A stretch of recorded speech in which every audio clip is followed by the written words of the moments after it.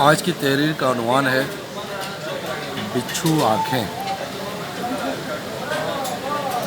ایک خاتون برقع بری طرح جھاڑ رہی تھی، کبھی آستین کھول کھول کر دیکھتی تو کبھی حجاب کو پوری طاقت سے جھڑپتی۔ جب تھک گئی تو نیم برہنہ حالت میں ہی بیچ بازار بیٹھ کر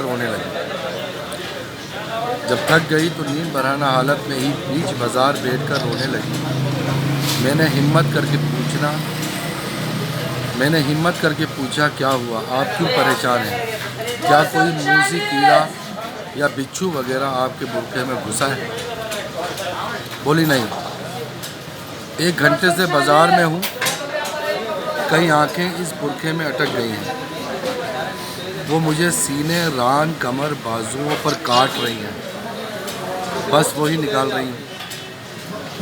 جتنا خود کو پیک کرتی ہوں، آنکھیں اتنی تیز ڈرل کرتی ہیں۔ اب دیکھیں میں کس حالت میں بیٹھی ہوں، لیکن مجال ہے کوئی آنکھ میرے جسم کے آر پار ہو جائے، یعنی نیم برہنہ حالت۔ جتنا خود کو چھپاتی ہوں، اتنا ہی لوگوں کو شک ہوتا ہے کہ ضرور کوئی خزانہ ہوگا۔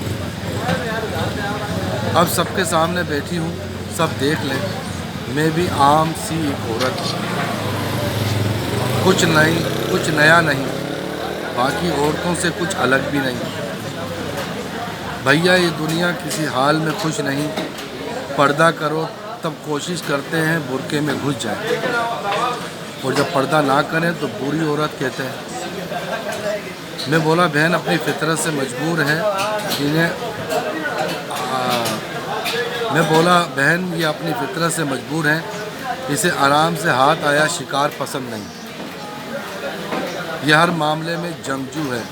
اپنی ذاتی عورت بھی اگر آرام سے پیار کرنے دے تو یہ سونے کی اداکاری کرتا ہے، لیکن جس دن عورت کا دل نہ چاہے، وہ انکار کرے تو اسے اور زیادہ طلب ہونے لگتی ہے، کیونکہ وہ مرد ہے، ہمیشہ جیتنا چاہتا ہے۔ تمہارے برقعے میں اسے تجسس رہتا ہے، پتہ نہیں کتنی حسین ہوگی۔ گرل فرینڈ کے معاملے میں بھی اکثر ایسا ہوتا ہے، جو لڑکی خود پیار کا اظہار کرے وہ آوارہ، اور جو لڑکی پہلی بار یا دوسری کوشش میں پھنس جائے، ان کے خیال میں وہ پھر کسی اور سے بھی پھنس سکتی ہے۔ لیکن جو لڑکی 1000 کوششوں کے باوجود اقرار نہ کرے، اس جیسی کوئی نہیں۔ اپنی جان، مال، وقت بھی اس لڑکی کے حصول میں لگا دیتے ہیں، لیکن جیسے ہی اس لڑکی نے آئی لو یو ٹو کہا، اس کی اہمیت کم ہونے لگتی ہے، اور پھر ایک دن لڑکی کے بار بار کال کرنے پر بھی جواب نہیں دیا جاتا۔ اصل میں مسئلہ پا لینا ہے، جب تک انکار رہا طلب رہی، پا لیا طلب ختم۔ اس طرح برقعہ ہے، جب تک دیکھا نہیں، کوشش، تجسس، طلب باقی رہا، برقعہ اترا، کوئی دیکھنے والا نہیں۔ اس کا مطلب مرد کی آنکھوں کا پردہ تمہارے پردے ہونے پر پڑتا ہے۔ جب تک تم باپردہ رہو گی، مرد کی تمہیں ننگا کرنے کی تمنا رہے گی، اور یہ تمنا اسے زندہ رکھتی ہے۔ تم کیوں اپنا برقعہ اتار کر مردوں سے ان کے جینے کی وجہ چھین رہی ہو؟ یاد رکھنا، دنیا کا ایک قانون ہے، جہاں مرد شکاری ہے اور عورت شکار۔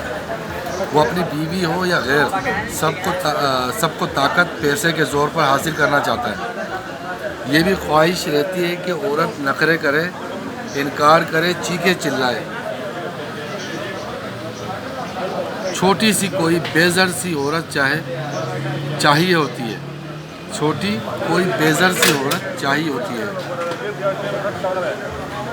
جسے کہو بیٹھ جا وہ بیٹھ جائے، جسے کہو لیٹ جا وہ لیٹ جائے، جسے مارو تو احتجاج نہ کرے، گھر سے نکال دو تو دروازے پر بیٹھی رہے۔ اس طرح اس کی مردانی کو تقویت ملتی ہے، اس کے اندر کے شکاری جانور کو خوشی ملتی ہے۔ زیادہ پڑھی لکھی خواتین سے تو انہیں ڈر لگتا ہے، ان کی آنکھ دکھانے بھاگ کر دوسرے کونے پر پہنچ جاتا ہے۔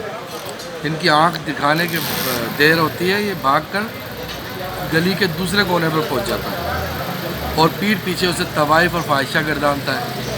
ڈرپوک ہوتے ہیں اپنے سے زیادہ عقل مند، سمجھدار اور اپنے حق کے لیے آواز اٹھانے والی عورت کو جھیل نہیں سکتے۔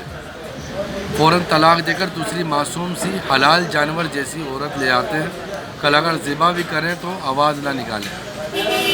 بے پردہ جہاں آسان ہدف ہے، وہاں شکاری مرد کو اس سے ڈر بھی لگتا ہے کہ کہیں پبلک میں الٹا مرد کو ہی ننگا نہ کر دے، اس لیے اس کی طرف دیکھتے ہوئے مرد ڈرتا ہے۔ اس لیے اگر تم چاہتی ہو کہ لوگ تمہیں تجسس بھری نظروں سے تاڑیں تو اس کے لیے ضروری ہے تمہیں یہ برقع پہننا پڑے گا، اور اگر ان بچھو نظروں سے بچنا چاہتی ہو تو پھر تمہاری مرضی، جو چاہو سو کرو۔ وہ عورت پھر اسی حالت میں اٹھی اور چلتی ہوئی بازار سے باہر چلی گئی، اور میں نے دیکھا اسے جاتے ہوئے پھر کسی نے نہیں دیکھا۔ فرق صرف اتنا ہے کہ جو برقعے میں تھی وہ پکا خوف زدہ تھی، لیکن جو بنا برقعے کے ہے وہ پکا بے خوف ہے، چھیڑنے پر ہاتھ اٹھا دے گی، چماڑ بھی مار دے گی۔ غوری نامہ۔ بہت شکریہ۔ یہ غوری صاحب کا غوری نامہ تھا، اس سے پہلے بھی آپ جو ہے وہ کر چکے ہیں، اور یہ آج جو ہے انہوں نے معاشرے کا ایک اور روپ جو ہے وہ آپ کے سامنے لائے ہیں۔